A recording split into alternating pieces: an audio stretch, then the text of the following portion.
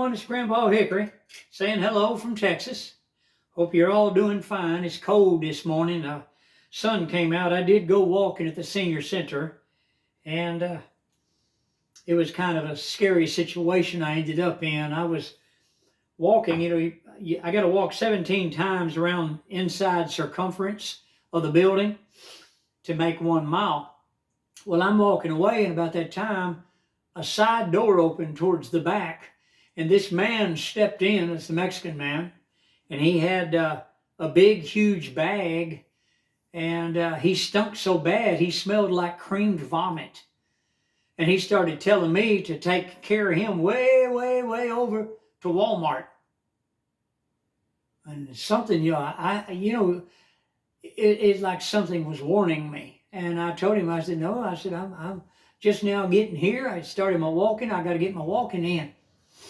So he sat down. He said, my phone don't work. My phone don't work. Well, he sleeps outside all night long. And, a cell phone has to be plugged in and recharged. And I could tell that the man was mentally off. And, of course, I didn't have my gun with me, So, and I didn't have anything. I didn't have my little walking club that I carry, because I didn't think it was necessary at the senior center. But from now on, I will carry my little walking club. It fits in my pocket, and it's for hitting a dog in the head or anything like that that's charging you. It can be fatal to a dog. I mean, you lift it up, come down on it, and you've killed the dog. I had it. I thought I had it in here. I was going to show you. I don't exactly know where I put that thing at. I got so much clutter that I buried. But anyway, I usually carry that in my pocket. And I didn't even have a knife on me. I didn't have any way to protect myself. So I started looking around right away, and I saw the chairs.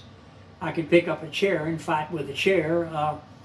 The flagpole that has an American flag on it, I could also use that as a weapon of defense to defend myself and the people that were inside the senior center.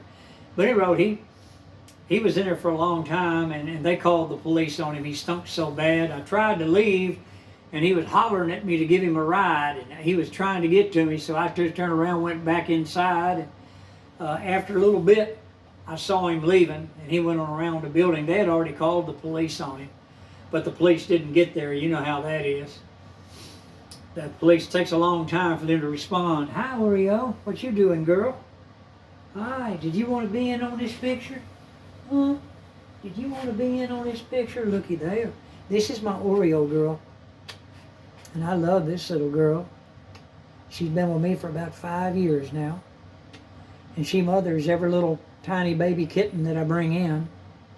She mothered Tarzan and Milo, and now it's a baby Precious, little Smokey. She's a good girl. She's a good girl. She's my little tuxedo kitty. She wanted to say hello to everyone. I hope you're all doing well this morning. Do you have your coffee? I got my tea, and boy, it sure feels good.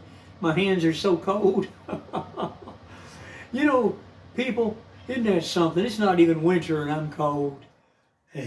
Now, you people up in Wisconsin now, I got a lot of subscribers in Wisconsin and Pennsylvania and Michigan. All you northern folk now, you don't be laughing at me. I have some in South Dakota and North Dakota also. So hello to all of you wonderful subscribers. I appreciate each and every one of you. I hope the rest of you will hit the like button. It helps my channel to grow. I'm inviting you to subscribe to my channel also. But, people, I have a prayer ministry, and I like to help people, and my heart goes out to people that they have nowhere to sleep. I see a lot of elderly people in the Walmart shopping centers, and they live there. They live in their cars. And talking to them, they let me know that they'd been kicked out of their apartments because, their Social Security, like me, it comes in once a month, and well, the rent kept going up on them so high until they couldn't buy groceries anymore. So they would go to the food pantry and eat those canned goods that were like a year out of date and things like that they had no other recourse. And so they were kicked out of their apartment because their rent went much higher than their Social Security, which is what they're doing here, right here where I'm living now. They've nearly got 100% of my Social Security check. So, and it's ridiculous. This place is not worth the money. And that's why I'm trying to get another place. So pray for me. It's kind of hard to finance things when you're 73 years old. And people have gone crazy. They want like $185,000 an acre. And that's insanity. I want a minimum of 15 acres. I want a place where I can hunt and fish. I want privacy. I don't want neighbors living around me that's going to trespass on my land and that we're going to have serious confrontations. I've been through that before, and I don't ever want to go through it again. So, you say, well, you can stand your ground. You'll find out a lot about that if you do it. I hope you never have to. But if you ever have to shoot somebody in self-defense, law enforcement seizes your guns, and they put you in jail, and you're in jail while they're investigating the crime. And all of the district attorneys are Democrats, and they do not like people that vote Republican, and they have access to see how you vote immediately. And anytime someone shoots somebody in self-defense, they throw them in jail. And of course, they let the criminal, they let them out on bail, So it's your story against their story. And woe unto you that don't have video to back you up. Video surveillance cameras. But I'm just telling you, then when you go to get your guns, when you're finally cleared by the grand jury, after you've been investigated and all that, once you're released, well, then you go to get your guns, and the police department, which is Democrat city, Democrat run, Democrat prosecutor, they want to charge you up to like $10,000, $12,000 for storing your firearms while you were incarcerated. And this is the way that they're taking people's guns away from them. So I'm really concerned about things, people. I really am.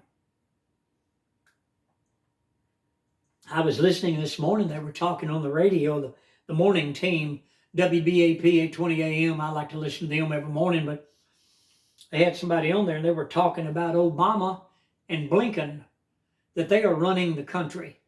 And they said that there's rumors going around that they're concocting a plan with Biden and Ukraine to start World War III. Because if they declare martial law, you cannot change presidents. If you go to war and there is martial law declared, the next incoming president cannot take office. So this is a way that the Democrats could seize power again, Obama and Blinken, the ones running the shows, and then they could finish their agenda of destroying the United States of America from within. And I'm telling you, people, it's a very sobering thing. I was listening to them this morning, and I thought, oh, Lord God, don't let that be. So, we all need to pray. And I also heard that guy, they had him on the radio, he was hollering, the one that coward that shot that man in the back in New York City. Luigi, his name is Luigi. Well, anyway, he had a message, for the American people. Hey, man, we don't need no message from a murderer, from somebody that's a coward that would come up behind the man's back without warning and shoot a man and kill him in cold-blooded murder. And they were talking, they said that man actually has 2 degrees. One is in engineering, and I forgot what the other one was. But you would think he'd have more sense than to do what he did. And now he thinks that everybody in America, that they're getting behind him, and he's got a lot of people. I heard him saying this morning on the radio, some people were calling in saying that there's rats in the McDonald's kitchen, that they ratted on the man. No, them people saying that, they're just jealous that they didn't get the $50,000 reward from the FBI. But do you see how people are? So this man thinks he's got a following because so many people hate health care, and I do too. I hate Medicare. It's a scam. United Health Care is a scam. And I'm on that, and I don't like it. I don't even use it. I don't even go to the doctor. I don't even use it. I don't even use it. Every time I go there, oh, no, we don't cover that. Oh, no, no, no, we don't cover that. So, you know, I just stay away from them, people. I do things natural. Now, I'm not giving you medical advice. I'm just telling you what I do. But, you know, back to that man, that homeless man that stunk like creamed vomit. You know, you want to help somebody, and I have before. I took a man, I bought him food. Boy, he got so much food. Next thing I know, every time he saw me, he wanted me to carry him here, and I turned into a taxi cab driver. Plus, he wanted me to buy him food and all this. And I tell you, people, you know, you try to help somebody, but you know, the Lord helps those who help themselves. Now, my dad always taught me this when I was a lad of a boy, knee high to a grasshopper. He told me, boy, always remember this, the Lord helps those who help themselves. The people that just give up on life and just sit down, they've got a mental problem. And this man here, he definitely has a mental problem. And you know, people like that, they're capable of extreme harm and bodily violence. They can, you know, go off the deep end on you just like that. They can go off on you. One moment they're talking normal, the next thing they're attacking you. So you got to watch it, people. You got to watch it. But anyway, hey, I hope you have a good day. It's Grandpa Hickory, and I'll see you on the next video, and I appreciate each and every one of you. And listen, we all got to help people. I'm not saying close your heart or have a cold heart and not help people. Help people all that you can, but you've got to be careful. You've got to use wisdom. You got to pray. And some people you can help, and some people you cannot do anything for. Have a good day. I'll see you on the next video. Goodbye from Texas.